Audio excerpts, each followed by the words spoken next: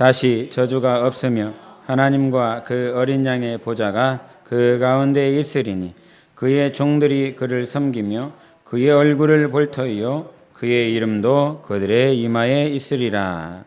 다시 저주가 없으며 하나님과 그 어린 양의 보좌가 그 가운데 있으리니 그의 종들이 그를 섬기며 그의 얼굴을 볼 터이요 그의 이름도 그들의 이마에 있으리라. 아멘. 우리가 4절에 그의 이름도 그들의 이마에 있으리라 라는 말씀하시는데, 구약에 보면 하나님의 이름이 강조되는 부분들이 있습니다. 하나님의 이름이요. 우리가 이제 신약 가운데 살아가고 있기 때문에 하나님의 이름 예수다. 이 이름도 중국 가면 또 이렇게 다릅니다. 하나님의 이름을 예수라 그러면 하나님의 이름이 여호와지 어떻게 예수냐 이런 싸움을 하게 됩니다.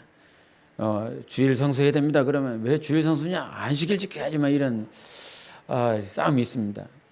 그래서 우리가 구약적인 관점과 신약적인 관점을 가지고 그 안에서 통일되고 조화로운 신앙생활을 해야 됩니다. 그래서 그들의 이마가 있다라고 하는 이 신약에 있는 이 말씀을 저 구약에서 이렇게 끌고 들어오면요, 어떤 말씀이냐면 그들의 이마에 이름이 있다, 뭐 이마에 이름이 있다라고 하니까 뭐 이렇게 막 인두지질 해갖고 여기다 뭐 이렇게 하나님의 이름 뭐 이렇게 여호와 뭐 이렇게 써 있다라고 하는 말이 아니라요. 당시 하나님의 이름을 이렇게 둘 수 있었던 것은 대제사장들이 그 이마에 이렇게 띠를 띠고 있는 모습입니다. 그래서 대제사장이 이름을 이렇게 가지고 있는 유일한 사람입니다. 구약에서. 결국은 그 대제사장이 가지고 있는 그 이름을 이 계시록 22장 3절에 그들의 이마에 이름이 있다라고 하는 그 말을 이렇게 우리가 적용을 할 때에 그들의 이마에 이름이 있는 자는 제사장과 같은 자들이요, 또 대제사장처럼 대제사장의 가장 특권은 뭘까요? 여러분, 대제사장의 특권은 뭡니까? 예? 네, 가장 중요한 부분이 지성소에 들어가는 부분입니다. 그래서 지성소에 들어가서 모든 백성의 죄를 가지고 가서 그 피를 뿌리고 속죄소에 피를 뿌리고 하나님의 은혜, 하나님의 영광의 임재를 경험하게 되죠. 그래서 대제사장에게 가장 중요한 건 예배를 인도하고 예배를 도맡아 하고 있다라고 하는 것이 대제사장의 가장 독특하며 특권입니다. 그래서 22장 3절과 4절에도 무슨 의미를 가지고 있냐면 그들의 이마에 이름이 있다라고 하는 것은 결국 이 22장에서 어떤 모습으로 드러나냐면 다시는 저주도 없고 환난도 없고 눈물도 없고 그렇게 생명수의 강이 흐르는 그 성전에 들어가서 우리는 누구 이름 때문에, 예수 이름 때문에 예수 이름을 가지고 하나님 앞에 예배드릴 수 있는 자가 되었다라고 하는 말씀입니다. 할렐루야. 그래서 그 계시록의 말씀은 그렇게 끝나갑니다. 그렇게 끝나갈 뿐만 아니라 우리가 그렇다라고 한다면 성경이 계시록 22장에서 대제사장이 이름을 가졌었던 것처럼 우리가 예수 이름을 가지고 그 새하늘과 새 땅에 들어가면 이제 우리가 맞이해야 되고 우리가 고대하고 사모하고 기뻐하고 즐거워하고 감사해야 될 건 예수 이름으로 예배드릴 수 있는 자가 되었다라고 하는 것이 기쁘고 즐겁고 감사하고 행복해야 되는 것입니다. 네, 행복하시기 바랍니다. 이번에 이제 캠핑을 갔다 왔는데 캠핑을 이제 저녁에 가지면서 아이들과 이런저런 얘기를 하면서 우리 교회가 더욱더 개선해야 되고 더욱더 좋아져야 될 것이 있다라고 그런다면 뭐가 있을까 이렇게 물어봤습니다. 누가 정확하게 말했는지는 기억이 안 나요. 그런데 정확하게 두 가지가 생각이 나요. 첫 번째는 뭐냐면 설교를 예배를 좀 짧게 해줬으면 좋겠어요. 좀 짧아졌으면 좋겠어요. 그런 얘기를 하나 하더라고요. 이거는 뭐라? 두 번째는 뭐였냐면요, 설교를 어른들이 좀 맞추지 않게 막 주는구지만 않았으면 좋겠어요. 뭔 말인지를 못 알아듣겠대요. 그래서 그럼 통합 예배 때는 어떻게 할까? 그랬더니 중간치에 맞춰서 해달래요. 어른도 아니고 자기들도 아니고 중간치에 맞춰서 설교를 전해달라요. 아이들에게 이런 스트레스가 참 많았구나. 알아듣지도 못하는 소리를 계속 들어야 되느니. 근데 이제 목회 어떤 철학을 잘 이해하지 못하기 때문에 아이들이 그런 얘기를 하는 것을 10분 이해를 합니다. 아이들이 얼마나 힘들까요? 맨날 수요일, 금요일 막 주일날 나와갖고 알아듣지도 못하는 소리를 계속 듣고 있다라고 하면 얼마나 힘들겠어요.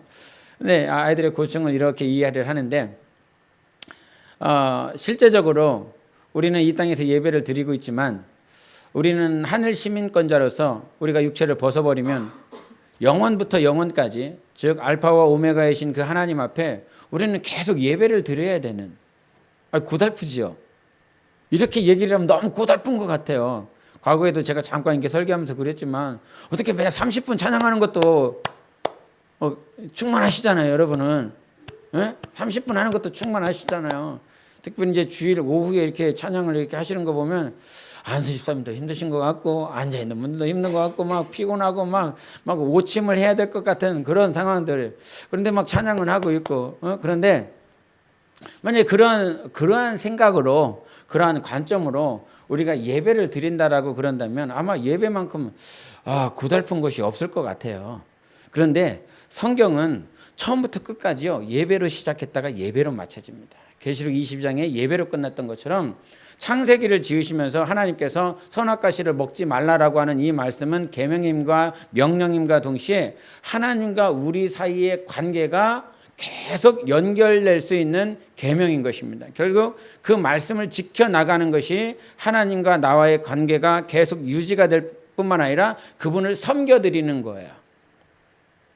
우리가 요한복음 14장 21절에 뭐라고 말씀하셨어요? 나의 계명을 가지고 지키는 자라야 나를 사랑하는 자다, 이런 말씀하셨잖아요. 즉 계명을 지키는 자라가 하나님과 나, 즉 하나님과 자신과의 그 사랑의 관계를 계속 이어간다라고 하는 관계거든요. 예배는 하나님과 나의 관계를 말씀하고 있습니다. 그래서 성경은 처음부터 끝까지 계속 예배를 말을 하고 있어요. 그 예배 가운데서 우리가 지금 살아가고 있기 때문에 예배가 실제적으로 너무 중요합니다, 여러분.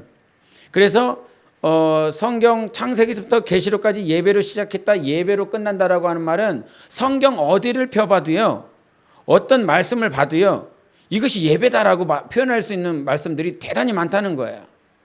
특별히 신약에 대해서 들어와서 우리는 그냥 신약에 대해서 우리 여러분 마태복음 한번 예를 들어볼까요? 마태복음은 1장 족보에서 시작하잖아요. 1장 족보에서 시작하는데 처음으로 예배드리는 광경이 어디로부터 나올까요? 처음 여러분이 생각하는 마태복음에 처음 예배가 등장하는 장이 아니면 사건이 어디겠습니까? 네? 제가 말하기를 기다리고 계시군요. 2장에서 나와요. 2장에서. 누구로부터 말미암냐면 동방박사들이 와요. 동방박사들이 와서 예물을 드려요. 그리고 그분을 찬양해요. 누가복음과는 조금 차이가 있죠. 근데 마태복음은 이방인이 와요. 이방인이 와서 근데 정작 드려야 될 유대인들은 예배를 안 드려요. 메시아를 찾지 않아요. 메시아가 누군지에도 관심이 없어요. 그런데 정작 상관없는 이방인들은 먼 그냥 자료에 의하면 수천 킬로 떨어진 거리에서 그들이 그 별을 보고 찾아와서 결국은 메시아이신 예수 그리스도를 예배드리는 광경이 나와요. 그러면 마태복음 맨 마지막에는 예배로 끝나는 장면이 어디가 있을까요? 뭐가 있을까요? 어떤 사건일까요?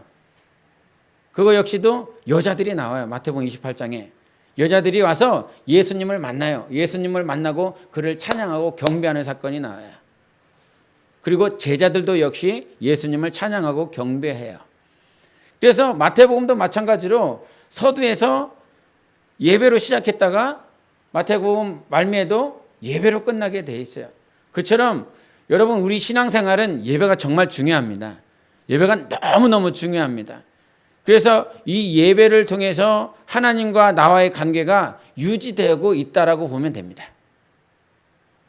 예배를 통해서 하나님과의 관계가 친밀해지기도 하고요.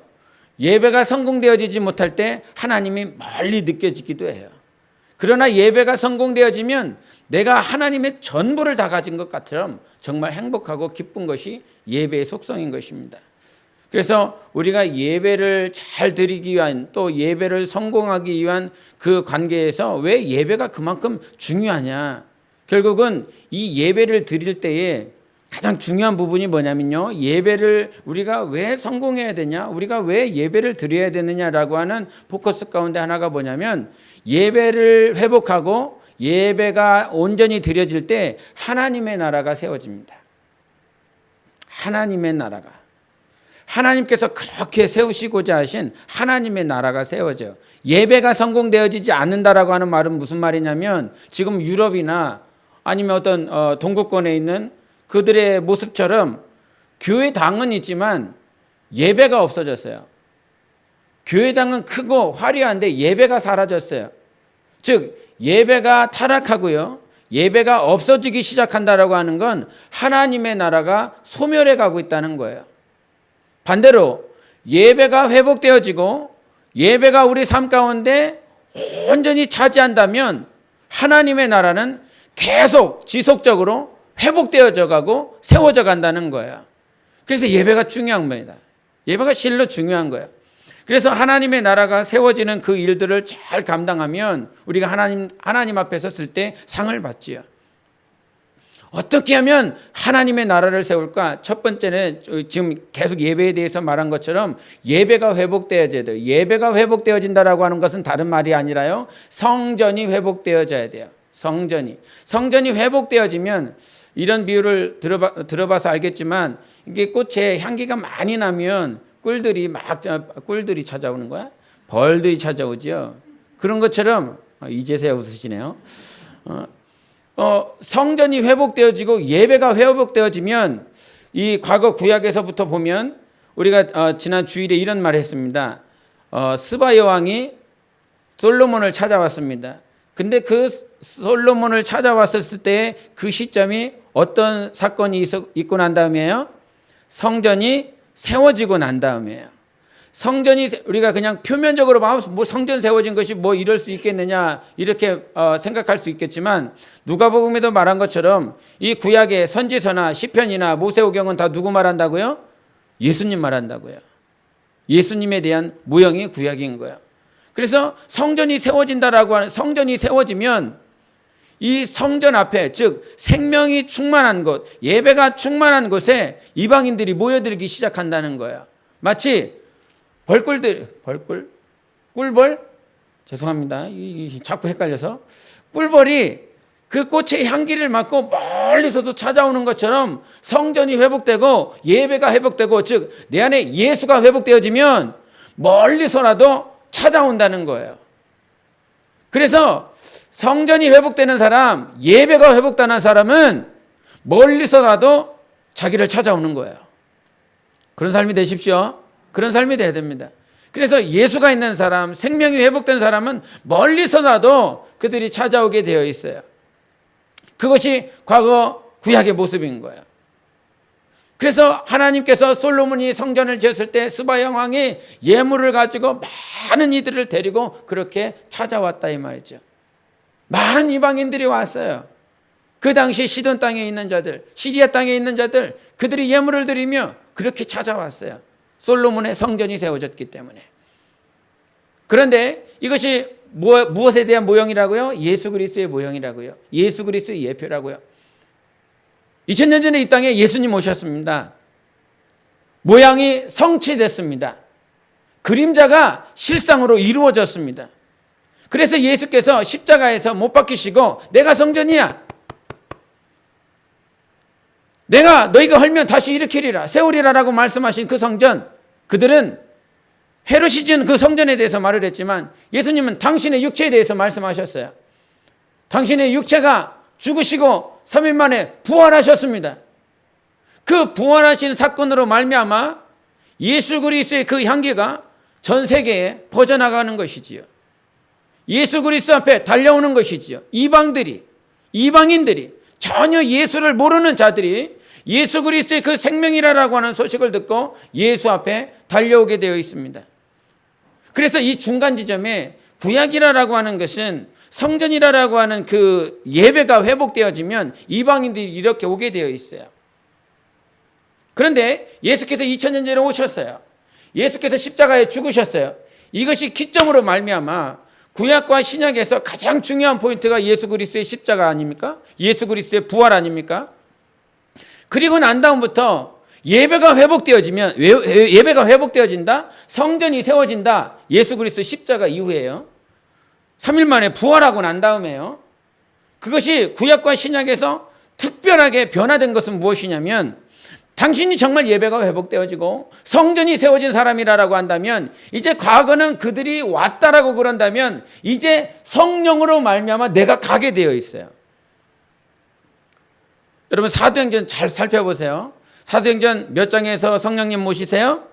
2장에서 모시죠. 2장에서 모시고 맞아 3장에서 어떤 사건이 있어요? 예루살렘 성전 문 앞에서 안진뱅이를 고치잖아요. 누가 고쳐요? 베드로와 요한이 고쳐요. 베드로와 요한이 예루살렘에 있는 안진뱅이를 고쳐요. 그리고 난 다음에 이제 초대교회 사건이 잠깐 있고 난 다음에 누가 등장하기 시작하냐면 7장에서 누구 등장합니까? 스데반이 등장해요. 근데 스데반이 있는 장소가 어디였어요? 그 당시에 예루살렘이었습니다. 예루살렘에 있었던 유대인들 전부 다, 지도자들을 전부 다 넣고 예수 그리스도의 복음을 증거하기 시작합니다. 그래서 예루살렘 성전문에 있었던 안진뱅이, 그리고 난 다음에 예루살렘에 있었던 지도자들, 유대인들을 향해서 스데반이 등장합니다. 여러분 성경은요 그냥 대충 나열한 것이 아닙니다. 누가 하셨어요? 하나님이 하셨잖아요. 믿으십니까? 저 이번 주에 신대원에서 이런 발제를 했어요. 신약 시대 때, 기독교 초기 시대 때 로마와 그리스에서 제사를 지냈는데, 그 제사를 지낼 때 그 제사를 지내는 중심 주제가 있었는데 그들의 주제는 영웅이었다. 영웅은 어떤 특징을 가지고 있느냐? 자기 백성들을 위해서 죽는다. 자기 민족을 위해서 죽는 것이 영웅이다. 그러한 로마나 그리스의 개념이 어디로 흘려 들어갔냐면 성경으로 들어갔다. 요한복음 15장에 아니면 로마서 3장에 의인이 죄인들을 위해서 죽는다. 저들을 위해서 죽는다. 죄인들을 위해서 죽는다. 그것이 그리스 로마에 있었던 영웅에 관한 주제가 성경에 이렇게 들어갔다. 어떻게 아멘이십니까? 근데 신학자가 이렇게 했어요. 신학자가 그렇게 책을 쓰고 제가 그냥 서머리해서 발제하는 거였어요. 그래서 저는 그렇게 썼기 때문에, 그 사람이 썼기 때문에 이렇게 말을 했지만 나는 이거 반대한다. 반대 안 하시는 눈치 같은데 나는 반대한다. 그리스 로마의 신화의 그 영웅의 주제가 성경으로 들어간 것이 아니라 성경은 하나님이 쓰셨다. 인간의 사상이나 인간의 체계가, 인간의 시스템이 성경에 들어간 것이 아니라 성경이 직접 말을 한 것처럼 성령에 감동된 자를 쓴 것이다. 즉 성령이 쓰신 것이다. 하나님이 쓰신 것이다. 나 이거 반대한다. 우리가 성경의 모든 이 66권, 구약의 39권, 신약의 27권 누가 쓰셨다고요? 하나님이 쓰셨다고요. 하나님을 나타내기 위해서 요한복음 20장 31절에도 말한 것처럼 성경 왜 썼느냐? 예수께서 그리스도신 것을 믿고 너희가 생명을 얻게 하려면라고 말씀하셨습니다. 할렐루야. 그래서 우리에게 생명 주시고자 하나님이 뜻을 가지고 성경을 기록했어요. 그래서 3장에 나와 있었던 그 베드로와 요한이 안진뱅이 고치시고, 7장에서 예루살렘에 있는 지도자들, 유대인들을 향해서 스데반이 복음을 증거하기 시작합니다. 그리고 난 다음에 8장에서 누가 등장해요? 집사 가운데 8장에 주일날 했잖아요. 주일날 누구 집사요? 이제 집사 다 나오겠네. 빌립 집사 나왔잖아요. 빌립 집사가 나와서 누구에게 복음을 전해요? 에디오피아 내시에게 준 거예요. 그렇게 해서 8장에서 빌립이 전하고 난 다음에 10장에서 누가 등장하기 시작하냐면 고넬료가 등장해요. 혹시 고넬료 출신이 어느 나라예요? 어디 나라? 이탈리아라고 그래요. 이달리아라고 그랬죠. 이달리아 백부장이라고. 지금 여러분 이게 보이십니까? 예루살렘 성전문에서, 그 다음에 예루살렘에서, 그리고 에디오피아, 아프리카입니다. 그리고 이달리아라고 하는 유럽으로 넘어갑니다. 복음이라고 하는 그냥 아무런 순서와 상관없이 그냥 성경이 배열된 것이 아니라 사마리아 땅끝까지 이르러 내 증인들이라고 하는 그 말씀들이 성경에서 이렇게 사도행전을 읽는 자들에게 그것을 보여주고 싶은 거예요. 즉 예수께서 십자가에서 죽으시고 부활하시고 난 다음에 정말로 성전이 회복된 사람들, 예배가 회복된 사람들은 이제 기다리는 것이 아니라 가게 되어 있다는 거예요. 그래서 베드로에게도 말한 것처럼 네가 젊어서는 네 스스로 띠띠고 다녔지만 늙어서는 내가 너를 띠띠고 돌아다니게 하겠다라고 말씀하셨죠. 그래서 성전이 회복되고 예배가 회복되어져, 즉 하나님과의 관계가 늘 회복된 사람은 앉아있는 사람이 아니라 성령이 보내시는 사람들이라는 것이지요. 그래서 우리가 우리의 신앙생활 가운데서 정말 중요한 부분이 무엇이냐면 나는 지금 예배를 드리는 사람인가, 성전이 회복된 사람인가라고 하는 확실한 말씀이 있어야 돼요. 그래서 이 순서를 이렇게 살펴봤던 것처럼 베드로나 요한이나 그 다음에 빌립이나 바울로 이렇게 넘어가잖아요. 고넬료를 통해서 이렇게 넘어가요. 그래서 이 사람들이 성령의 충만함을 받고 예배를 정말 성령으로 드려지는 이 사람들은요, 혼자가 아니었어요. 좀 전에도 말한 것처럼 안전뱅이가 있었어요. 유대인들이 있었어요. 지도자들이 있었어요. 에디오피아 내시가 있었고요. 그 다음에 이달리아 백부장들이 있었어요. 우리가 신앙생활을 하면서 여러분 왜 성령 충만해야 되느냐 이런 질문을 합니다. 너희가 성령 충만을 받으라라고 하는 말씀이 있어요. 에베소서 5장 18절에 있는 말씀이거든요. 성령 충만함을 받아라. 왜 받아야 되느냐 그럼? 왜 성령 충만함을 받아야 되느냐 이유에 대해서 말을 하면 한번 보시겠습니다. 에베소서 5장 18절 19절을 보시겠습니다. 5장 18절 19절입니다. 같이 읽겠습니다.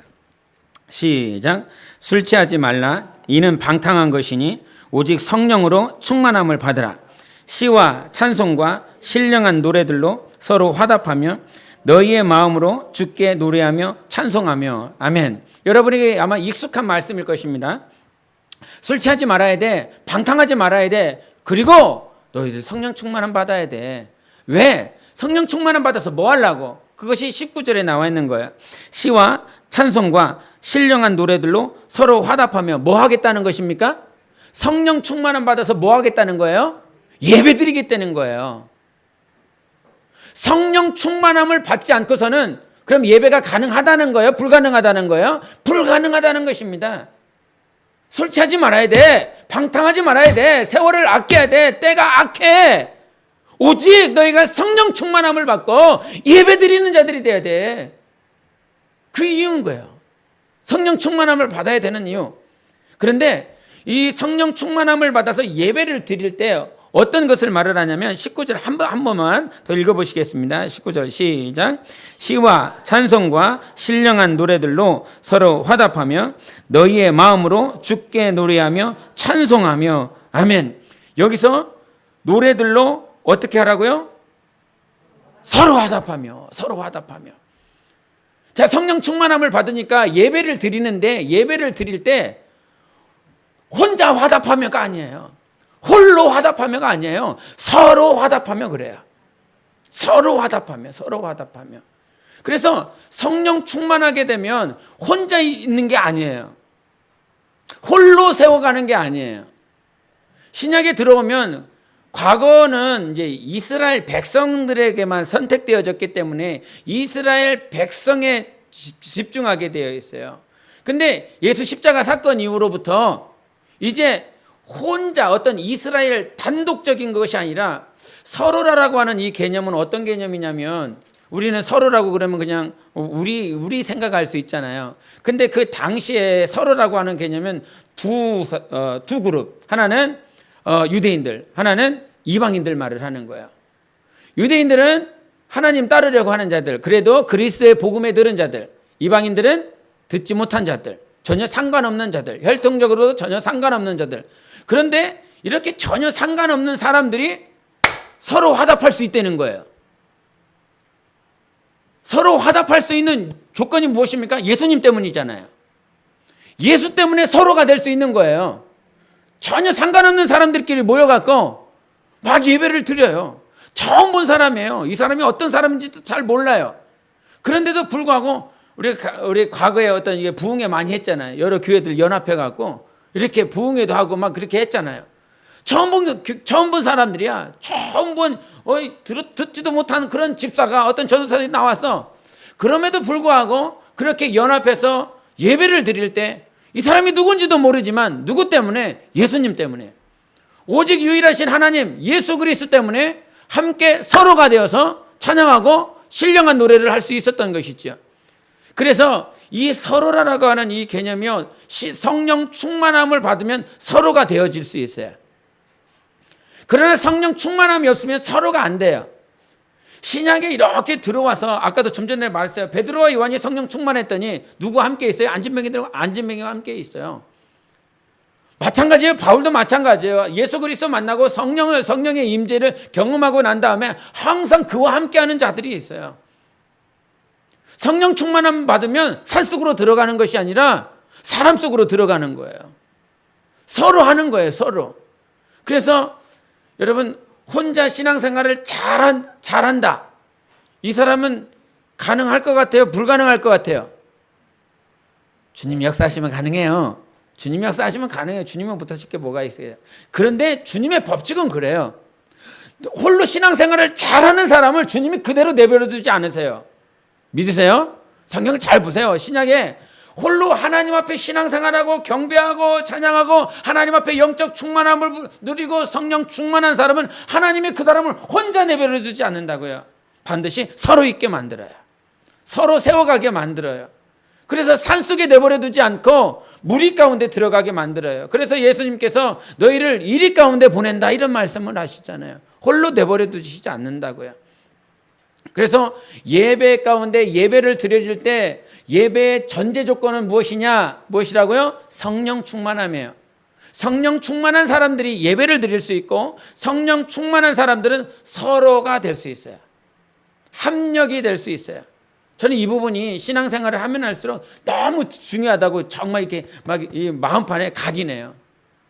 혼자는 잘하는데 둘이 갖다 놓으면 안 돼. 혼자는 잘하는데 셋이 갖다 놓으면 안 돼. 우리 과거에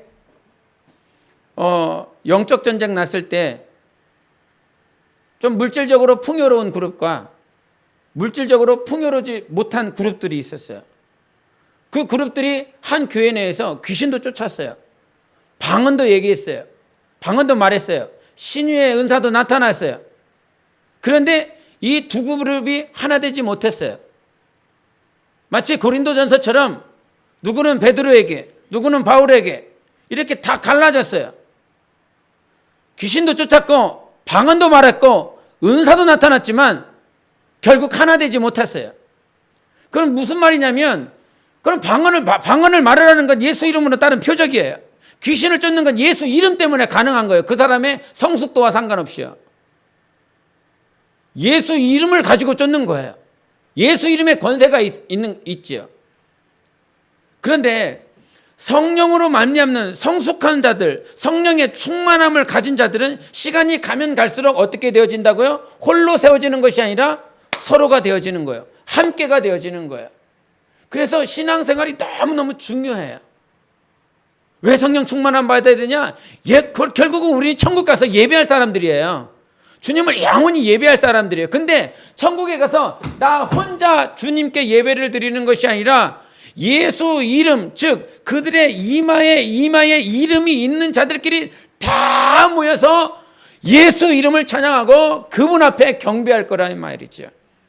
그때에 성령 충만하지 않은 자들은 거기 있겠습니까? 불가능하지요. 성령이 역사하지 않는 사람은 그 가운데 있을 수가 없어요.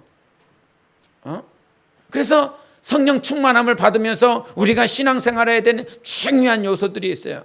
그렇게 해서 성령 충만함을 받는 사람들에게서 즉 예배를 드리고 성전이 회복될 수 있도록 성령 충만함을 받은 사람들은 어디로 이어져야 되느냐라고 하는 말씀이 야고보서에 나오는데 한번 보시겠습니다. 야고보서 1장을 보시겠습니다. 1장 26절 27절입니다. 26절 27절 같이 우리 읽겠습니다. 시작. 누구든지 스스로 경건하다 생각하며 자기 혀를 재갈 물리지 아니하고 자기 마음을 속이면 이 사람의 경건은 헛것이라. 하나님 아버지 앞에서 정결하고 더러움이 없는 경건은 곧 고아와 과부를 그 환난 중에 돌보고 또 자기를 지켜 새 속에 물들지 아니하는 그것이니라. 아멘. 별로 예배와 상관없는 말씀인 것처럼 보일 수 있겠지만 이 원어 성경을 보면 여기서 예배와 관련된 동일한 단어가 무엇이냐? 경건이라는 단어입니다. 그래서 26절 맨 말미에 이 사람의 경건은 헛것이다라고 하는 표현과 27절 중간에 보면 경건이 나와요. 그래서 두 가지 경건을 말을 하고 있어요. 한 가지는 뭐냐면 경건한 사람, 즉 예배 드리는 사람, 성령 충만한 사람은 어떤 사람이냐면 자기 입에 재갈 물리는 사람이에요. 여생한테 한번 물어볼까요? 재갈이 뭐예요? 저는 재갈이 과거에도 이렇게 말했지만 자갈인 줄 알았어요. 어떤 대형교회 목사님이 자기 입속에다 자갈 물고 살았다고 말씀하셔서 이 재갈이 이 재갈이었나 보다. 그랬더니 이 재갈이 아니라 우리 동물들 말이나 소에 이렇게 재갈 물린다는 거 있죠. 곱비 이렇게 수평으로 이렇게 해갖고 제어하기 위해서 하는 것이 그것이 재갈이에요. 그런데 경건한 사람은 어떤 사람이면 자기 입에 재갈을 물린다는 거예요. 자기 입에. 자기 입을 재갈을 물린다라고 하는 자기 입을 제어하겠다는 거예요. 그런데 자기 입을 우리는 스스로 제어 못해요. 누구만 가능해요? 성령님만 가능해요. 그래서 성격적으로 선천적으로 말을 잘하는 사람이 있고요. 말을 잘 안 하는 사람이 있어요. 그런데 말 잘하는 사람은 말 잘해서 때론 범죄할 때 있고요. 말 잘 안 하는 사람의 특징은 말을 안 하고 생각으로 범죄를 해요. 저런 때려 죽일 놈 이렇게 범죄를 해요. 그래서 말하는 사람도 범죄하고 말 안 하는 사람도 범죄해요. 결국은 경건한 예배가 회복되어지고 성전이 되어지기 위해서는 자기 입이 재갈 물려지고 오직 성령께서 우리의 입술을 재갈 물리셔야 되는 것입니다.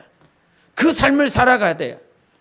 지금 이 야고보서가 어떤 야고보가 지금 누구를 상대로 지금 이 말씀을 쓰고 있는 걸 거 아니에요. 그냥 자기 혼자 읽기 위해서 이 말씀을 쓴 건 아니잖아요. 그래서 이 재갈 물리라라고 하는 말씀을 다시 강조해요. 어디에서? 3장 한번 보시겠습니다. 3장 우리 3절 보겠습니다. 3장 3절 같이 보십니다. 시작. 우리가 말들의 입에 재갈 물리는 것은 우리에게 순종하게 하려고 그 온몸을 제어하는 것이라. 이러면서 계속 후반절에 말해요. 한 입에서 어떻게 찬송과 저주가 나올 수 있겠느냐. 이런 사람들 막 얘기해요. 지금 무슨 말을 하냐면 야고보가 야고보한테 당신 스스로에게 이 말씀을 하기 위해서 한 것이 아니라 이 말씀을 받아볼 누군가가 있어야 될 거 아닙니까? 그러니까 이 서신을 쓰는 거 아니에요. 결국은 이 야고보서를 받아보고 있는 공동체가 있는 거예요. 교회나 아니면 어떤 그룹이 있는 거예요. 결국은 그 그룹 안에서 그 공동체 안에서 무슨 문제가 생긴 거예요? 자기 입을 재갈 물리고 성령으로 살아가야 된다라고 주님은 말씀하셨는데 자기 입을 벌려서 살아가는 사람들이 그 공동체 안에 너무 많은 거예요. 자기 입술로 상처 주고 아픔 주고 고통당하고 분란시키는 공동체가 지금 있는 거예요. 그 공동체를 향해서 너희들 재갈 물려야 돼. 재갈 물릴 수 있는 경건함이 있어야 돼. 성령 충만함이 있어야 돼. 예배가 드려져야 돼. 자기 입술을 내려놓고 오직 성령이 우리의 입술을 다스리게 함으로 하나님을 찬송하고 경배할 수 있는 그런 신앙인들이 돼야 돼. 이거를 말을 하고 있는 거야. 그 공동체들은 어떤 분란들, 지금 그 분란이 뻔히 보이는 거예요. 계속 강조하고 있어요. 1장에서 한번 말하고 3장에서는 이제 길게 말을 하죠. 한 10여 절을 말을 해요. 교회처럼 말 많은 데 없잖아요. 그죠? 교회처럼 말 많은 데 없어요. 이 사람 아픈가 보다 그랬더니 1시간 지나서 저기 장례식장 있대. 장례식장에서 이미 안장됐대. 이게 교회잖아요. 그냥 아픈 것으로 이렇게 말이 전해졌는데 몇 시간 지나갖고 저기서 화장에 또 이미 끝났대. 이렇게 되는 것이 교회거든요. 말이 너무 빨라요.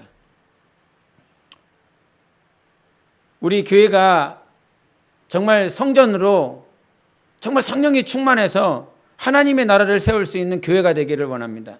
그러기 위해서는 내 입술을 내려놓고 성령의 입술을 가진 경건함이 있어야 돼요. 그러한 성령 충만함이 있어야 돼요. 그런 교회를 향해서 지금 이 야고보는 이렇게 말을 하고 있거든요. 그런 수신자가 우리가 되지 않기를 원합니다.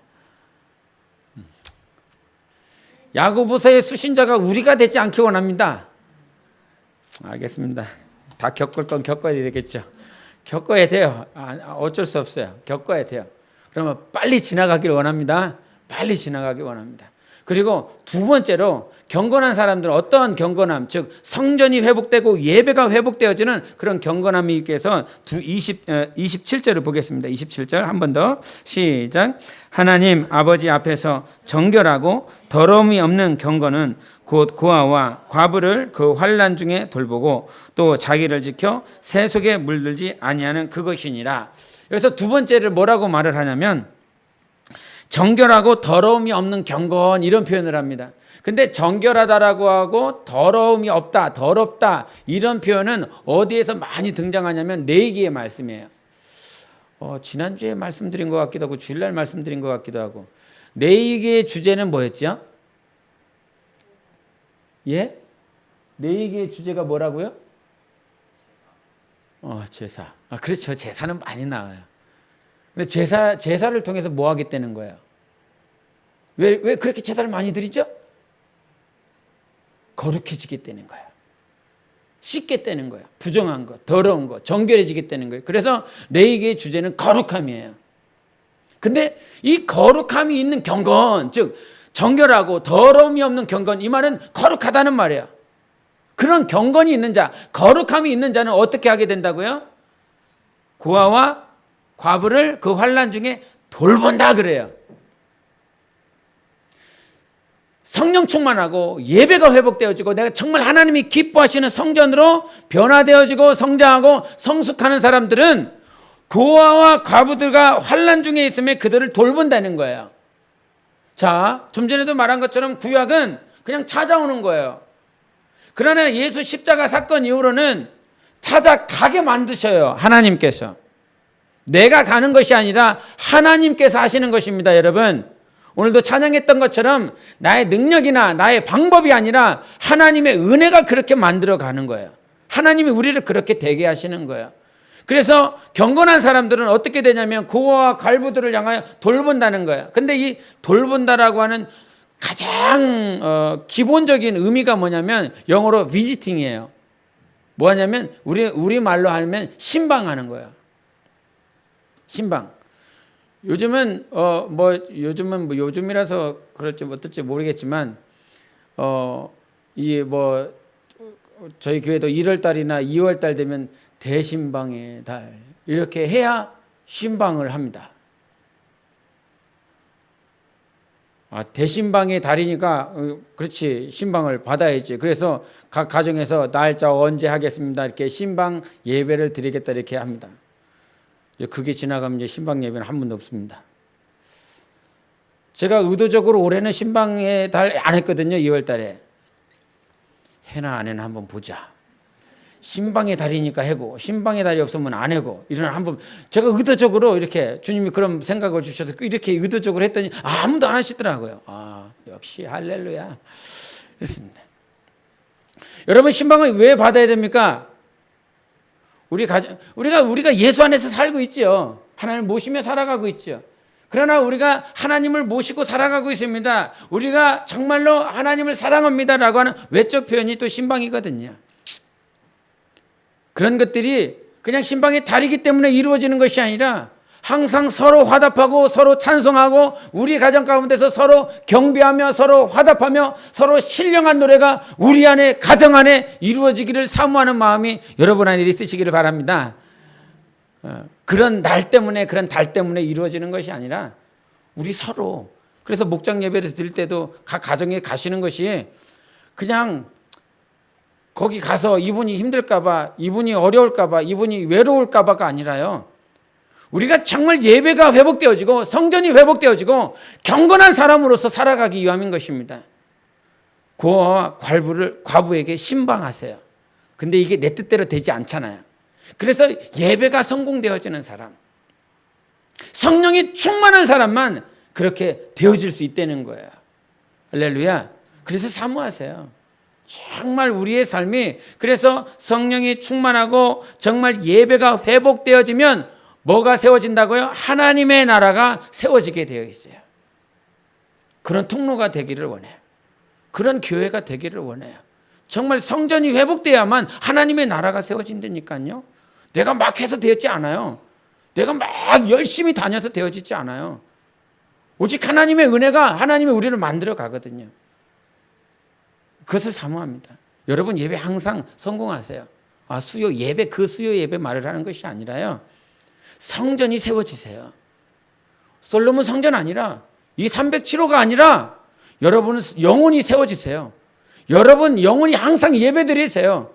그러면 과거에 그와 같은 상황들, 구약에 중점적으로 했었던 정말 솔로몬의 성전이 세워짐으로 말미암아 이방인들이 왔었던 것처럼 지금도 그와 같은 사건들은 계속 있어요. 구약의 사건들이 지금도 있어요. 정말 성령이 충만하고 예배가 되어지고 이게 성전으로서 세워지면 하나님께서 이렇게 보내시는 그런 역사도 있어요. 그러나 특별히 이제 신약에서는 하나님께서 성령으로 말미암아 보내어지는 역사가 더 강력하고 강조되어지는 것을 말씀을 드린 거죠. 그렇게 우리가 이 땅에 살아가면서 나는 주님 하늘나라에 가면 뭐 할까? 다른 거 없어요. 하늘나라 가면 뭐 할까? 뭐 해야 되나? 고민할 필요 없어요. 성경은 말해요. 예배라고, 하나님 찬양하는 거라고. 근데 그것이 막 육체가 있어서 고단한 막 눈꺼풀이 막 완전 오늘 막 이게 1박 2일 해갖고요. 피곤해요 지금. 눈이 막 애들이요. 우리가 계획을 할 때 애들이 한 7시쯤 일어날 거라. 7시쯤 일어나면 아침에 계획하고 이렇게 하자. 근데 내 예상은 그게 아니야. 한 5시쯤 일어날 것 같아. 그랬더니 4시에 일어나요. 새벽 4시에 일어나고 애들이 막 밤하늘의 별을 뭐 북성을 보고 뭐 북두칠성을 보고 자놓고 새벽 미명이 되기도 전에 일어났어요. 그래놓고 애들이 막 해롱해롱해. 우리가 정말 이 땅에 살아가면서 육체가 피곤한 상태로 예배 드리는 것이 아니라요. 성령이 충만해서 영원한 나라에서 영생하면서 예배 드릴 거예요. 그런 영혼인 거예요. 그런 하나님이 우리를 만들어 가십니다. 때로는 피곤할 수 있지만 정말 하나님, 나 정말 예배가 회복되어지고 성전이 회복되어져서 하나님의 나라가 세워질 수 있는 통로가 되기 원합니다. 성령 충만함을 받으라. 성령 충만함을 받으라. 악한 때잖아. 시간이 별로 없어. 세월이 별로 없어. 세월이 악해. 이때에 우리가 더욱더 성령 충만하여 신령함으로 하나님을 찬양하고 서로 화답할 수 있는 교회가 되시기를 예수 이름으로 축원합니다. 우리 함께 이 시간 기도하실 때 하나님 정말 우리가 예배 성공하고 성전이 되어지고 하나님의 나라가 하나님의 역사로 더욱더 세워질 수 있도록 우리 모두가 성령으로 화답하고 우리 모두를 그와 같이 인도해 주시는 하나님을 경험할 수 있도록 우리 함께 예수의 외치고 기도하시겠습니다.